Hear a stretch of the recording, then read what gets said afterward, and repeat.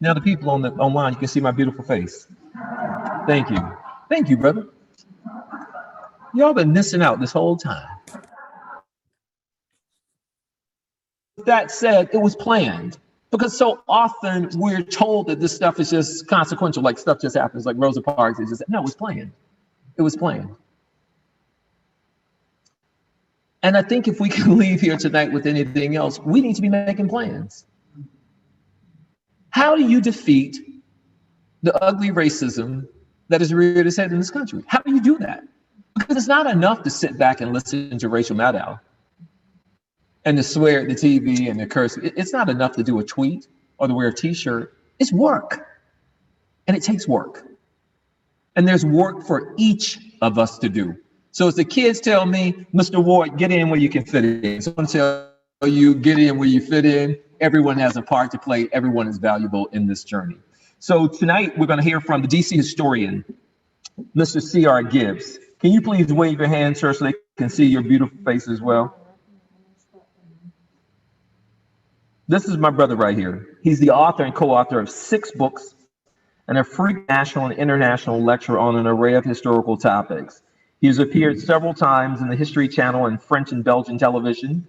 He wrote, researched, and narrated Sketches in Color for WHUT TV at Howard University, and Sketches in Color is a 13-part companion series to acclaimed PBS series, The Civil War. Mr. Gibbs is also, he's amazing. He's amazing. I'm gonna share a couple of 1989, that was the year I was born.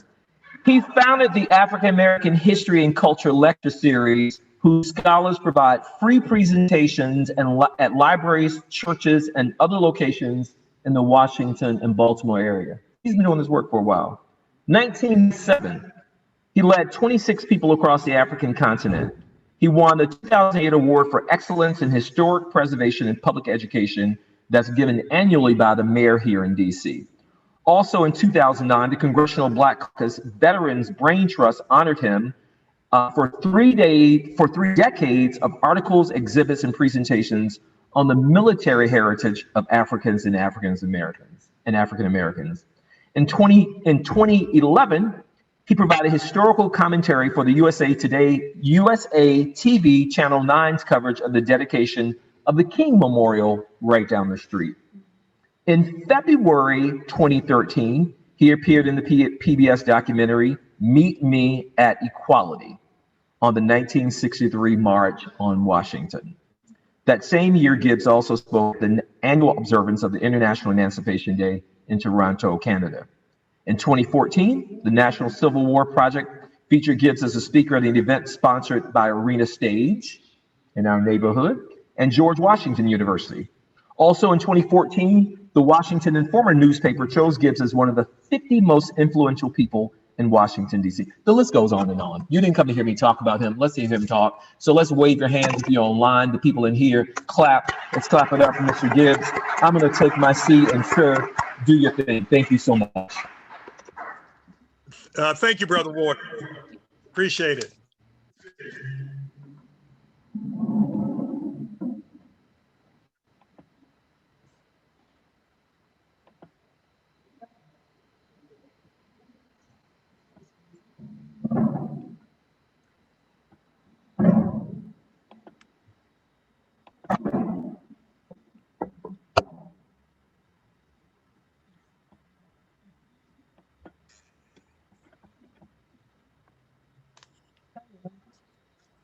The District of Columbia was an important center of resistance on the Underground Railroad. Many historians believe that it was the southern terminus of one leg that stretched all the way to Canada. And when we talk about it, we have to talk about the paramount position of the churches, and one that does not receive its fair share of interest and indeed respect is the Second Baptist Church. That's what you're looking at now.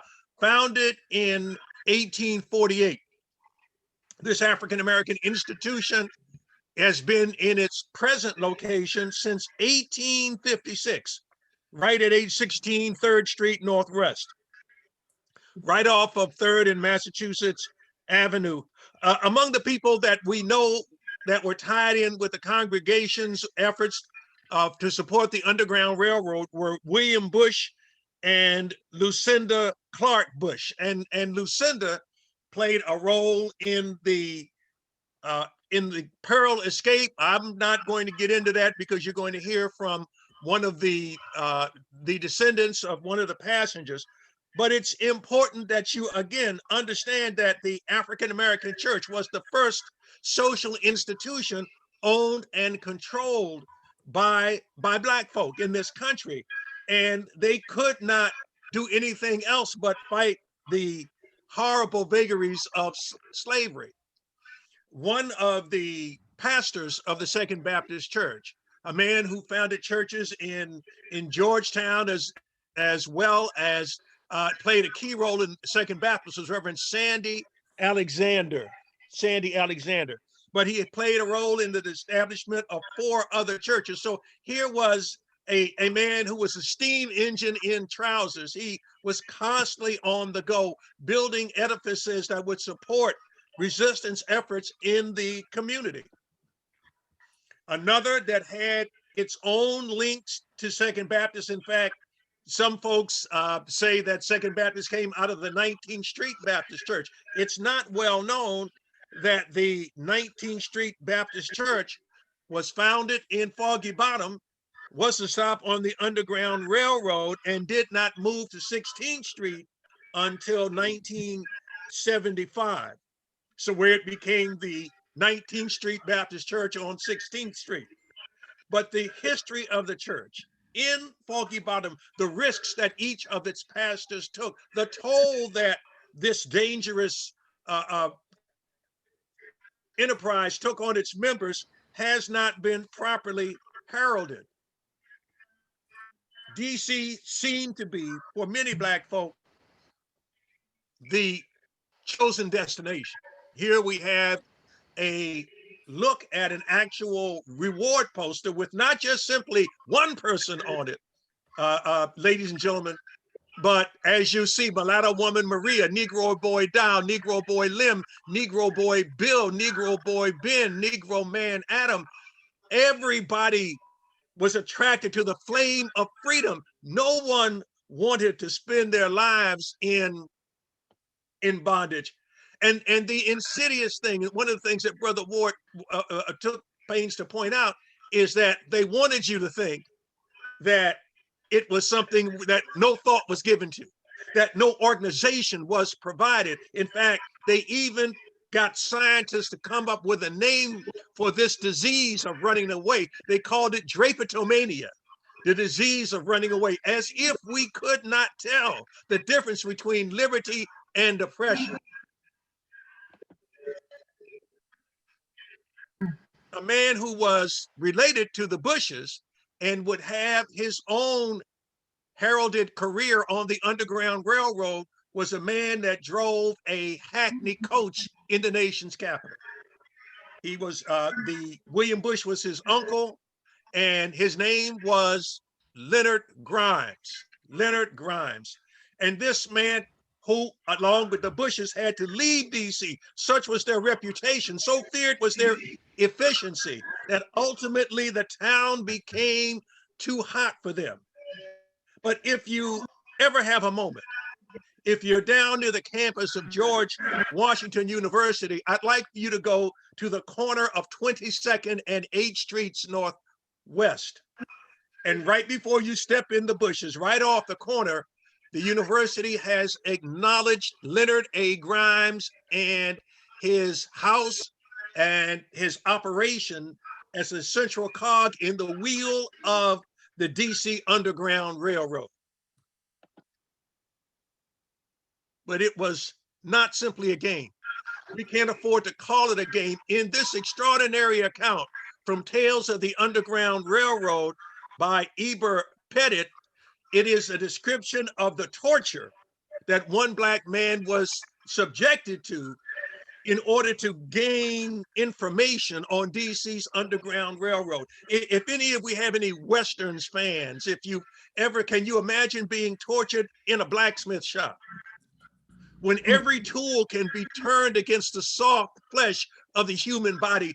In this case, this young man named Jim, a boy, in fact, had his thumbs crushed, put it in a vise in a DC. You see, we don't have to go to Georgia or Mississippi or Alabama to hear about the horrors of the Underground Railroad, because every last single one occurred here, almost under the Capitol dome. But luckily, he could not tell a lot. And when they had tortured him enough, they finally relented, unscrewed the devices on his thumbs. And because they believed him, he played very dumb. Consistently, he stuck to his story. And he said he only understood that it was a real train that went underground. Understand that the Underground Railroad in DC, the people that sought to keep Black people enslaved, had a network of informants, what they used to call stool pigeons. There were people that were paid. The Sterling Brown talks about how the elders told him about a Black man who informed on other Black folk who were trying to escape on the Underground Railroad. His name was Stone Street, and how long after slavery was over in this town, the elders spoke of him with obvious disgust in their voices. But look at this police notice. They'll help you straighten up your civil business. They'll help you fix your criminal business. And these men, some of whom were former police constables, they would also engage in returning runaway people who had been enslaved. So you were not safe. Understand, even in DC, you could be walking down the street and be arrested for walking while Black. Such was the tenuous nature of protection for freed Blacks. You never knew as you walked down the street. It was bad enough that you had to get off the street, Black people, by 10 p.m. A horn would sound, a bell would ring, and you had to be clear. But the police, on no hard evidence of anything other than you're a Black person walking down the street, could arrest you. There were people who were amazed at this. Charles Dickens, the English author, came to DC, and he writes about this in the book American Notes, that a Black person walking down the street, not committing any act of illegality, could be arrested by a constable and then locked in the jail. He would be advertised, or she would be advertised in the paper. And of course, if they're free, no one's going to come and claim them. They would not be released. They would be arrested for the satisfaction of the jail fees, those charges that had been amounted since they had been incarcerated, and they'd have to be sold to pay for the city. We understand that the Underground Railroad evinced horrible sights. If anyone has been down to 7th and Independence Avenue, there was a slave pen just by the headquarters of the FAA. And this is an account of an extraordinary sight that a congressman saw and told Frederick Douglass about a young woman breaking free of the confines of the slave pen, running down 7th Street toward the bridge, trying to get away. And a mob on the DC side is following her. There is a mob gathering on the bridge on the Virginia side, and they are rushing toward her to snatch her back into slavery. And on the bridge, which was in those days called the Long Bridge, she reaches a point where she takes the ultimate step. She throws herself over into the cold, dark waters of the Potomac River. She'd rather commit suicide than spend another second enslaved. They don't tell your children and grandchildren that story. Neither do they tell them that potential escapees often met their railroad conductors in graveyards, because nobody was around a graveyard that usually shouldn't be there late at night. And we had many more cemeteries in those days than we do today. Mount Zion, if anyone knows where Heckinger Mall is, that was a Black cemetery called Graceland. And there are many more. And understand that Black folk who were in other parts of the DMV did everything they could to get to Washington, D.C. And you look at this notice in the paper, broke jail. Night before last, the jail of Prince George's County was broke and 14 colored persons, 8 women and 6 men escaped. They sawed off the bars in front of their windows through which they escaped. Most of them were confined for various criminal offenses, and a few of them were fugitives from labor awaiting the order of their masters. As soon as the escape was known, measures were taken for their recapture, and yesterday several officers arrived here on the lookout for them. But understand, 14 Black folk do not bust out of the Prince George's County Jail without a support network.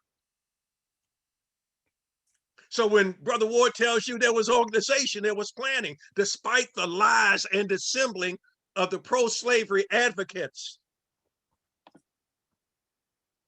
And this is exhibit 1 in terms of the lies. Drapetomania, the disease causing Negroes to run away.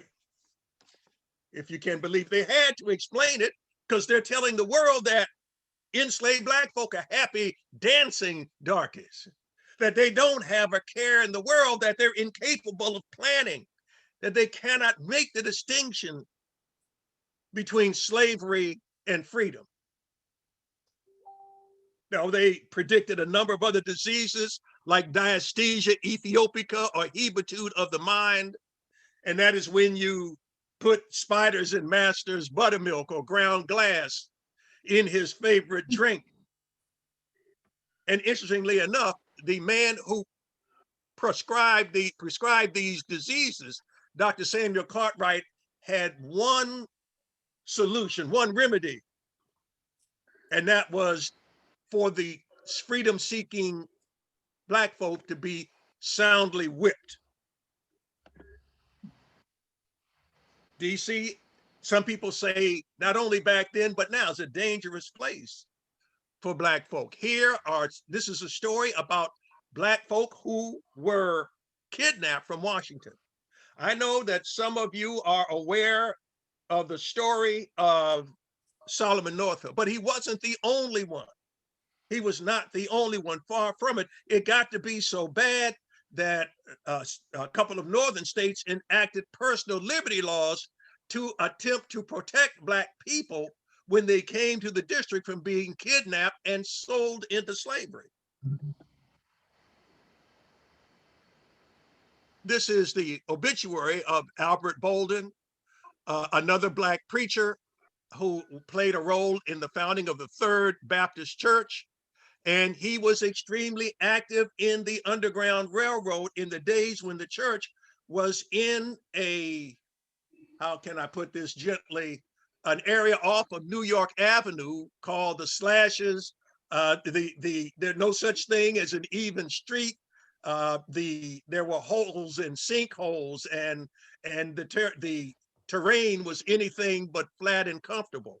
But even in this place, he founded a church that is still in existence today, Reverend Albert Bolden. You could not keep the unrelenting. Here is the location of the church. Albert Bolden, who began public prayer services near 4th and L Streets in 1857, was a prominent influence in the organization of the Third Baptist Church. And in 1863, there was secured a lot on which the people began to erect their meeting house, still there today.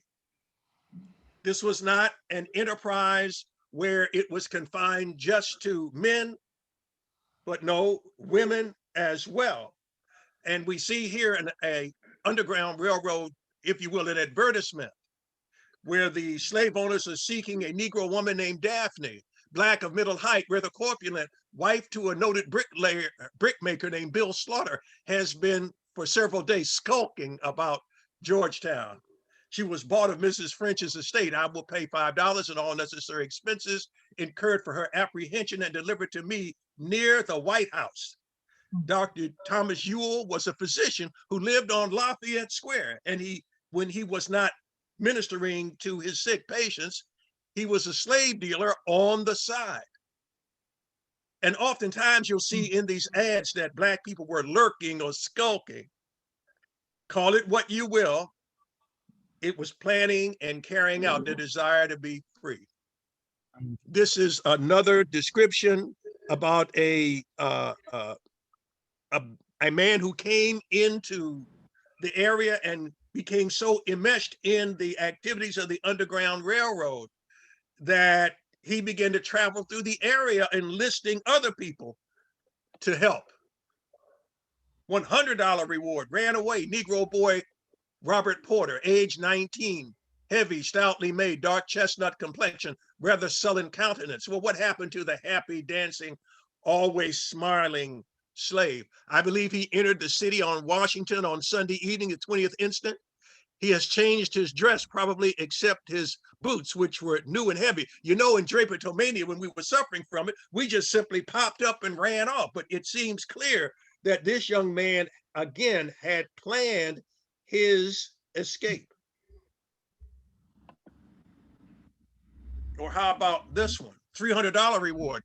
My head servant, well known in Washington as John Carter, and listen to his master's speak as he complains about his desire for freedom, in whom I reposed implicit confidence, frequently being left in charge of my house and having traveled along long journeys upon my account on Wednesday, the 10th of June, left Washington and trusted with the care of my coach horses to meet me at my plantation, Windsor, in King George County, Virginia, since which time I have heard neither of John nor the horses.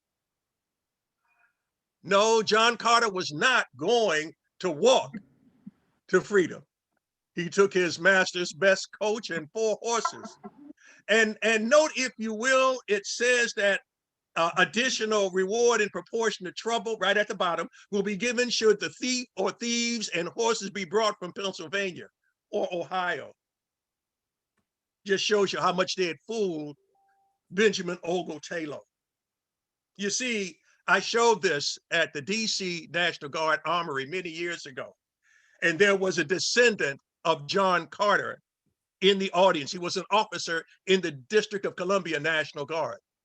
He told me that what Carter did was to go up into Montgomery County and hide out until freedom had been declared in the district. And Benjamin Ogle Taylor, understand now, you may know that name. It's tied to the Octagon House near the White House. The Taylor family were notorious slave owners. And in fact, one of them bought a tract of land in Upper Northwest and named it after their ancestral estate. You might know it, but you might not know that it was the Center for Horse Racing, operation run significantly by slave labor. The name of the neighborhood is Petworth. James Wormley, yeah, yes, indeed. An inventor, an excellent chef and steward. After the war, he ran a hotel at 15th Street between H and I, the Wormley House, where the dreaded Hayes-Tilden Compromise, removing the last protections for Black people in 1877, was signed. But before he did that, he was a supporter of the Black Regiment in the District of Columbia, and he worked on the Underground Railroad with, of all people, the Secretary of State in the cabinet of Abraham Lincoln, William Henry Seward. And Seward was so proud of his work that at a dinner where both men attended, Seward stood up and said, Wormley, how many did we carry off? And these men had devised an escape plan from the James River area to the nation's capital. And Wormley is said to have said at least 18, at least 18.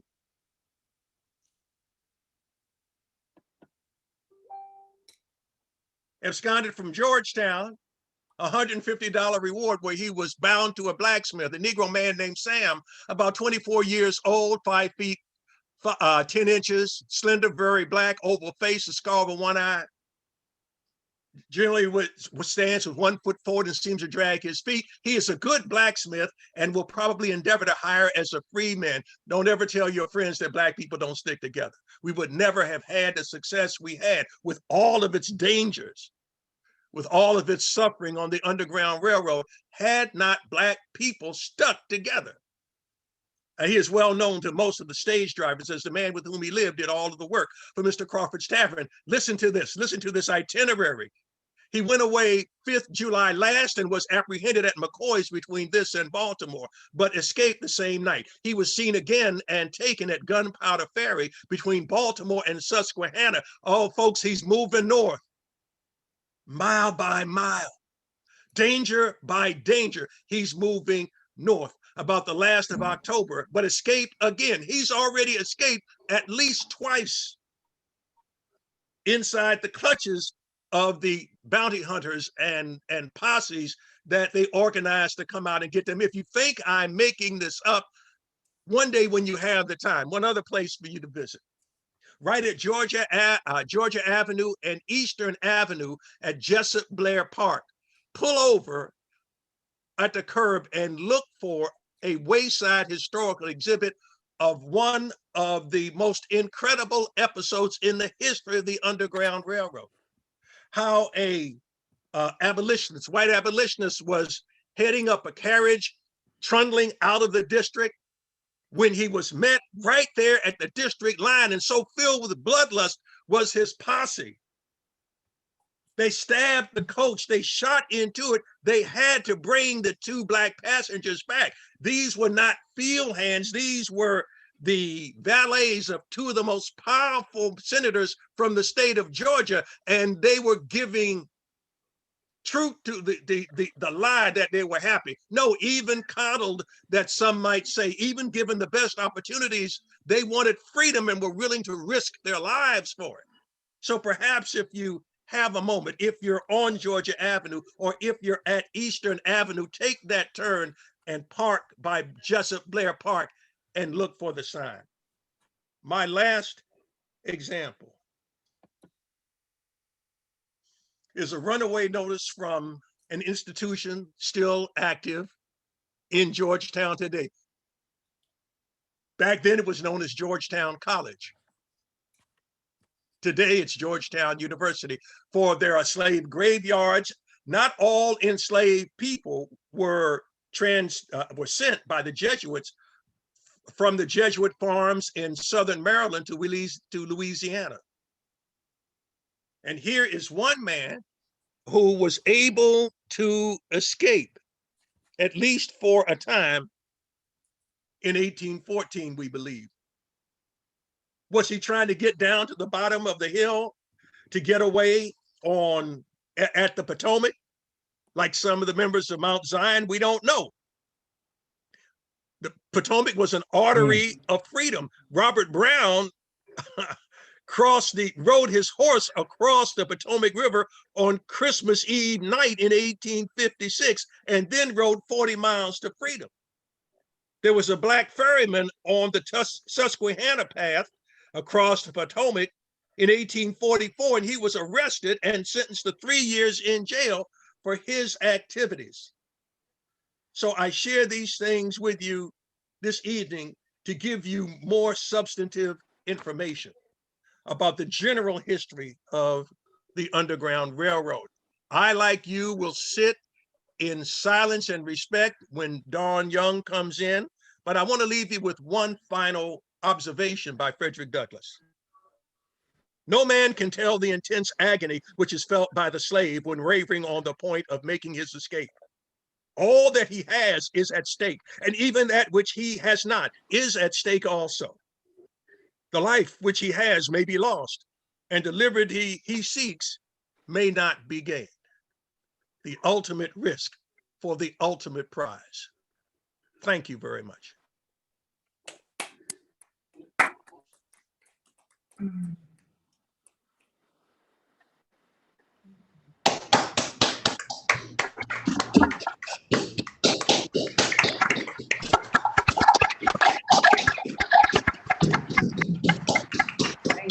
Thank you. To say thank you, I think really does not do justice.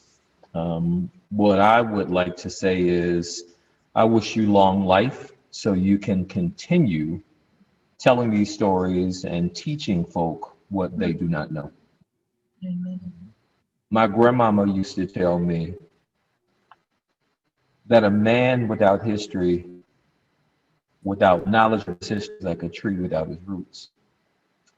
And certain things are destined to repeat. So I think that this is very important, again, during this time and space that we find ourselves in 2021.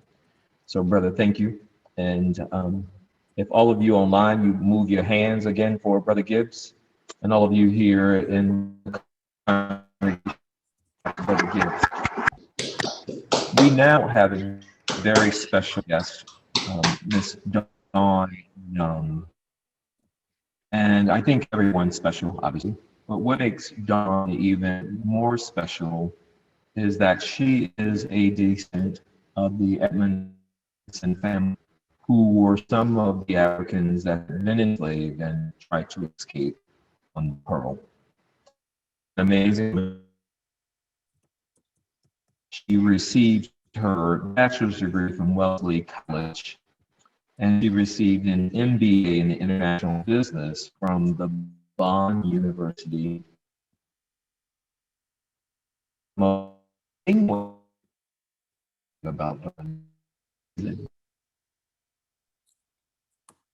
at the national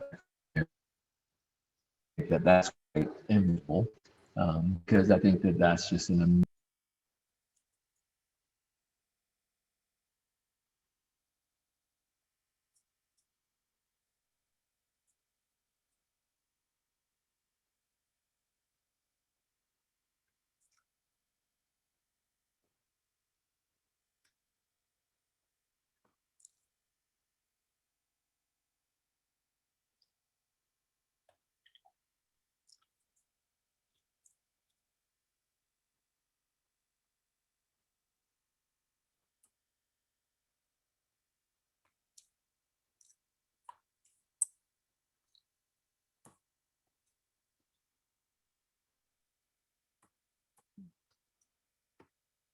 Is there a co-host for this evening?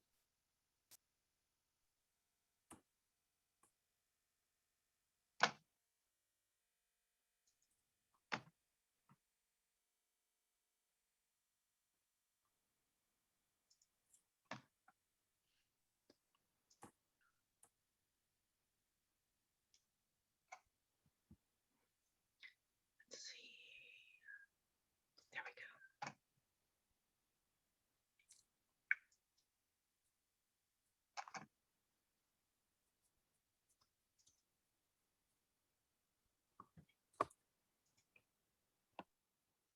Okay.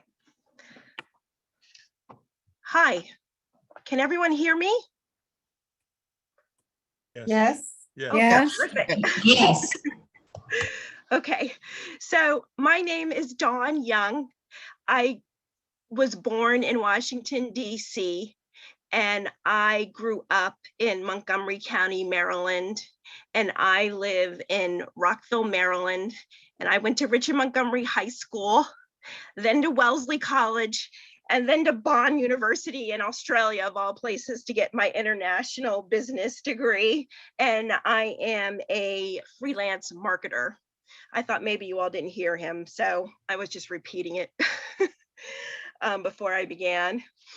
I thought I'd start out with one of the earlier Southwest waterfront markers, because I like some of the images on there. And I was recently at the Southwest DC waterfront for dinner this week and learned that there was a new marker there. So I added that to the screen. And I think I'll just go ahead and begin. You all might want to take a look. Can you see my cursor? this is Daniel Drayton, Captain Daniel Drayton.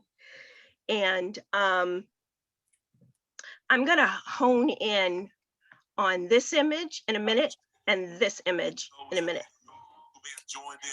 Okay. Later on throughout the day. That's what we do as a family. We pray for each other. We never stop praying. We pray without. Okay, so let's begin.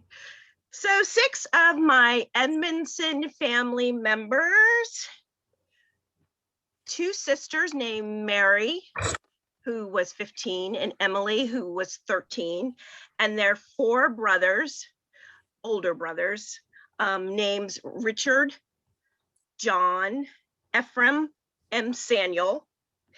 They were rounded up, as well as 71 other enslaved persons from Washington City, Georgetown, and Alexandria. They boarded a schooner named the Pearl. It was captained by Daniel Drayton and Captain Edward Sayers, and they boarded the schooner at 7th Street Wharf on the evening of April 15th, 1848. So today is an anniversary day. The enslaved had worked in homes, boarding houses, and hotels. And to just mention a few, Dolly Madison owned a slave aboard the Pearl. That was 15-year-old Mary Ellen Stewart. Another had worked in President James K. Polk's White House. And then an Edmondson brother, who I just mentioned, named Richmond, he was leased as a coachman to President Polk's cabinet member, Secretary of Treasury, Robert John Walker. Okay, so Sunday was the only day that slaves were left alone so that they could attend church and attend to their own families. And that is why all of these 77 enslaved persons left on Sunday. Okay.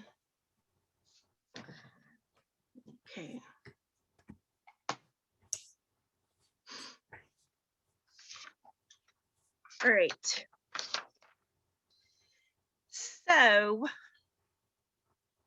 we are going to concentrate on the highlighted area here. Okay, so you can see this map of the rivers of the Eastern Shore of Maryland. And notice the Elk River here, okay? And Frenchtown sits on the Elk River. And don't be confused with Frenchtown, New Jersey, okay? Because I'm finding people are confused in that area. But we're talking about right down here. So Captain Daniel Drayton approached Captain Edward Sayers, who agreed to use the schooner to transport the runaways down the Potomac River. See, down the Potomac River from Washington, D.C., and then up to Frenchtown Landing at the top of the Chesapeake Bay. Okay. For a fee of $100 without his employer knowing anything about it. And it was supposed to be a 3 to 5 day journey. And Drayton stated that they were to be met and carried to Philadelphia. Now, if you cross over here, you can go up the Delaware River up to Philadelphia. So they were supposed to be carried to Philadelphia with a mix of travel wagons, foot vessels, closed carriages across the 16-mile Newcastle Frenchtown Turnpike. So there was a turnpike here, then there was a railroad here, and then you can see this canal that cuts through. That came later. All right. So Drayton had helped an enslaved family escape before at Washington's 7th Street Wharf. And the schooner first arrived in Washington carrying wood that had been bought by Charles Cleveland, who headed up the Anti-Slavery Society in Philadelphia. And he, by the way, is related to the future president, Grover Cleveland. And that wood was to be sold and used to pay for the journey's supplies.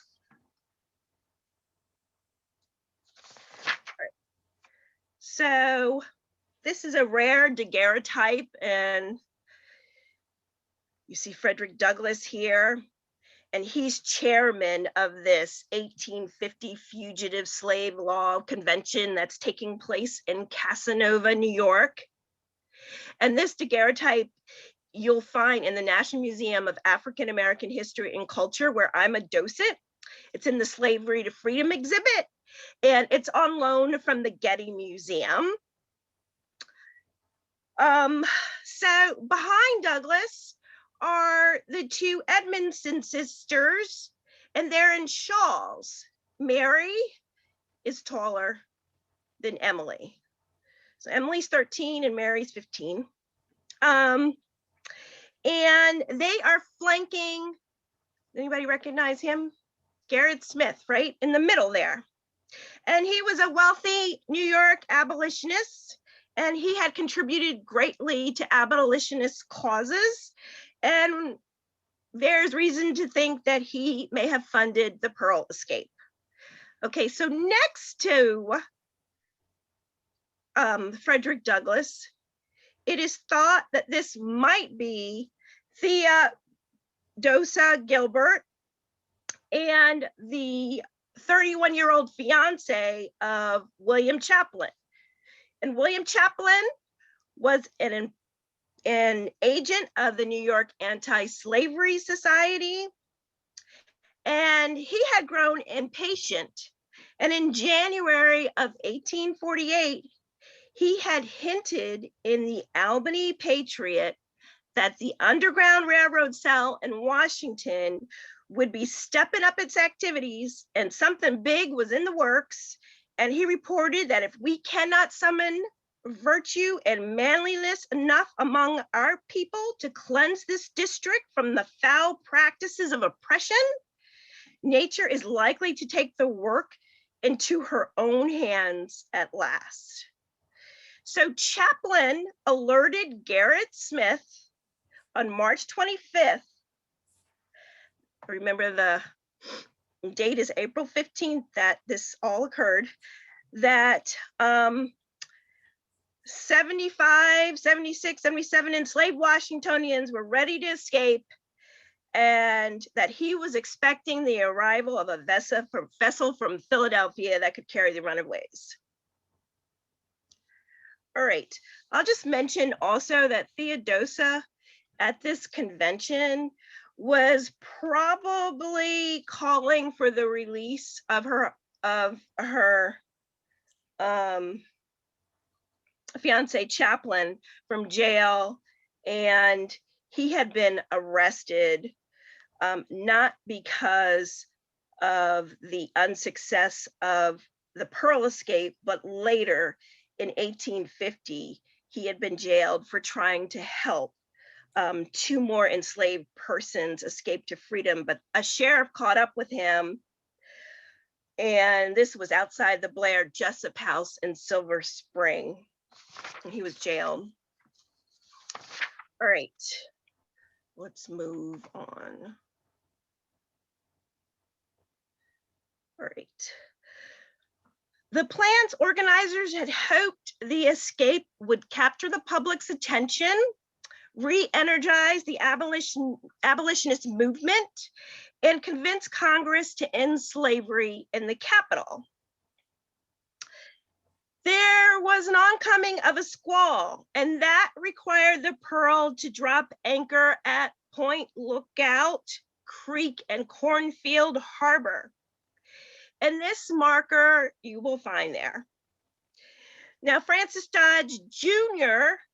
of the wealthy Dodge family in Georgetown was missing 3 of his slaves. And he was going to sell them to a slave trader. So Dodge offered up his steamboat called the Salem and tried to locate his missing slaves. And the Salem caught up to the Pearl at Cornfield Harbor. And all aboard the Pearl were arrested. And the Pearl was towed back to Washington, D.C., Fort Washington. And it was kept there overnight on purpose so that the next morning they could parade the boat by Old Town Alexandria and even Washington, D.C., and the hostile crowds. And poor Captain Drayton's left ear was nearly cut off. The mob even continued on to the National Era, which was the headquarters for Gamaliel Bailey's anti-slavery newspaper. The crowd had thrown bricks into the windows and were threatening to throw his printing press in the Potomac River. And it took President James Polk 3 days to quell that riot. So Captains Drayton and Sayers, they come to trial in July. They're defended by the famous educator Horace Mann. He had come to Washington to fill the seat of John Quincy Adams. And remember, Adams had won the freedom for the Africans who had been enslaved and were aboard the Amistad. And he argued for their release before the Supreme Court. Okay, so a bond was set for $77,000 for 77 counts for the 77 slaves, and theft was the reason given, and the second one was the illegal transportation of slaves. Later on, that 77,000 was reduced to 10,000, and the captains were only hit with the illegal transportation count and not the theft count. All right. After spending 4 years in prison, Drayton and Sayers were pardoned by President Millard Fillmore, who comes after Polk, on August 12, 1852, and Charles Sumner, I'm mentioning him again, masterminded the presidential pardon. Okay. Francis Scott Key's son is Philip Barton Key, and he had prosecuted Drayton and Sayers. But interestingly enough, he was killed by Representative Daniel Sickles of New York in 1859. He was killed by Key's lover, outraged husband. Okay, so Samuel Edmondson would be one of Mary and Emily's brothers, and this is his wife, Delia, and Paul Jennings and Daniel Bell, I call them the triumvirate, and they had extensive contacts in Washington's Black community and could definitely command the trust of the fugitives of the Pearl. Samuel worked as a butler in a prominent lawyer's home, Joseph Bradley. Paul Jennings worked in a nearby home owned by Senator Daniel Webster. Daniel Bell worked as a blacksmith in Southeast DC's Navy Yard.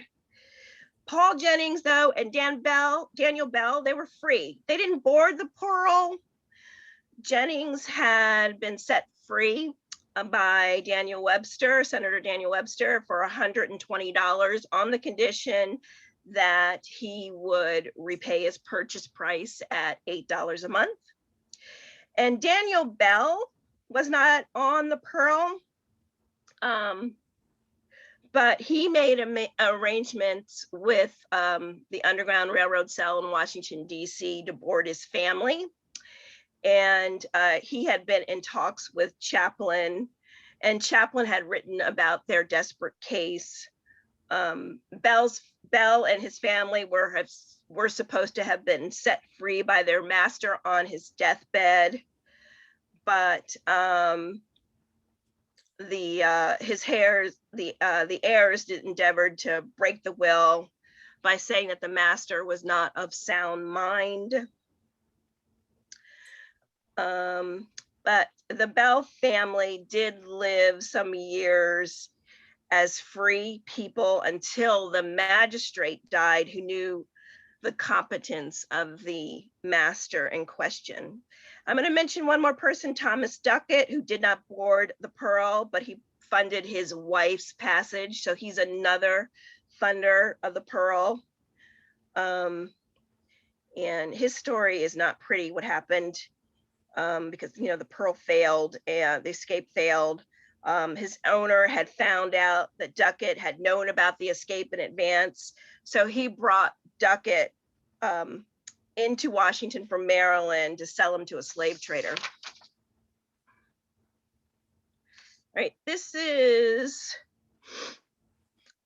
a manifest, and you'll see Richard Edmondson's name right here. You'll see Mary Edmondson's name right there. You'll see Emily Edmondson's name right there. Okay, so I did mention that there were 6 children who had boarded the Pearl, but I'm only mentioning 3 here. Okay, so I have to explain this and back up a little bit. So Washington area slave traders, they took their slaves to Alexandria and Baltimore for long distance shipping, even marched them to Wheeling, West Virginia to be shipped downriver. Some coffles could be marched all the way to Natchez, Mississippi. They call this the second Middle Passage, the first being those Africans who crossed the transatlantic.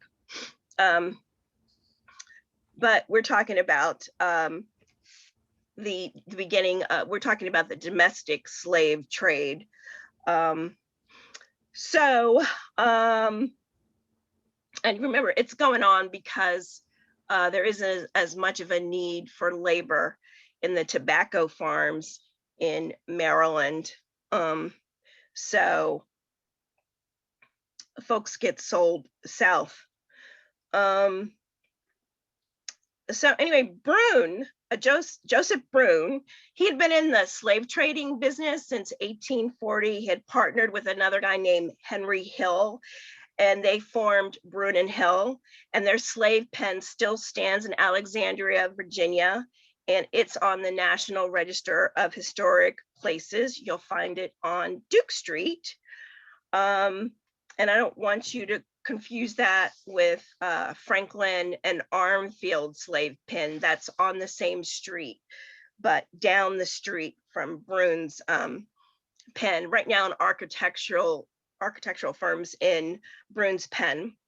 So Brune had paid a total of $4,500 for all of the 6 Edmondson children, and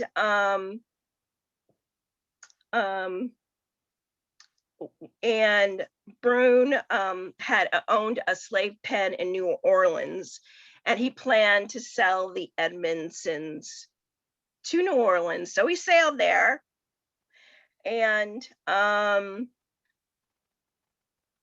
some of the Edmondsons were in fact sold, some of the brothers, but these 3 that I mentioned make it back to Maryland.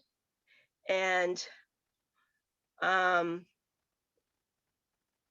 what happens is yellow fever breaks out, and a slave trader doesn't want to lose his property. So he's in a hurry to get his property back up here, any of those that hadn't been slaved yet. All right, so Richard, Mary and Emily's brother, he did get his freedom first when they got back to Maryland. John Jacob Astor III had donated $900. And the reason why is because his family had fell ill. So that is why he was freed first. And then Mary and Emily were later freed with $2,250. And that was rounded up by Minister Henry Ward Beecher, who's the brother of Harriet Beecher Stowe. And he led the Broadway Tabernacle in New York. And Paul Edmondson, the Edmondson children's father, had journeyed to New York to help raise funds at the New York and New Jersey churches. Are we out of time here? We are. Okay, So sorry. that's okay. We can, I only had like two. And I want to give you the courtesy of wrapping up. Oh, well, I will just say that I had a slide of Harriet Beecher Stowe, who wrote Uncle Tom's Cabin, and she funds Mary and Emily's education. Unfortunately, Mary dies of consumption in her first year at Oberlin College and does not finish, and neither does Emily because she's so grief-stricken, so she returns. And I had a slide with Emily mentioned working with Matilda Minor and Miners Teachers College.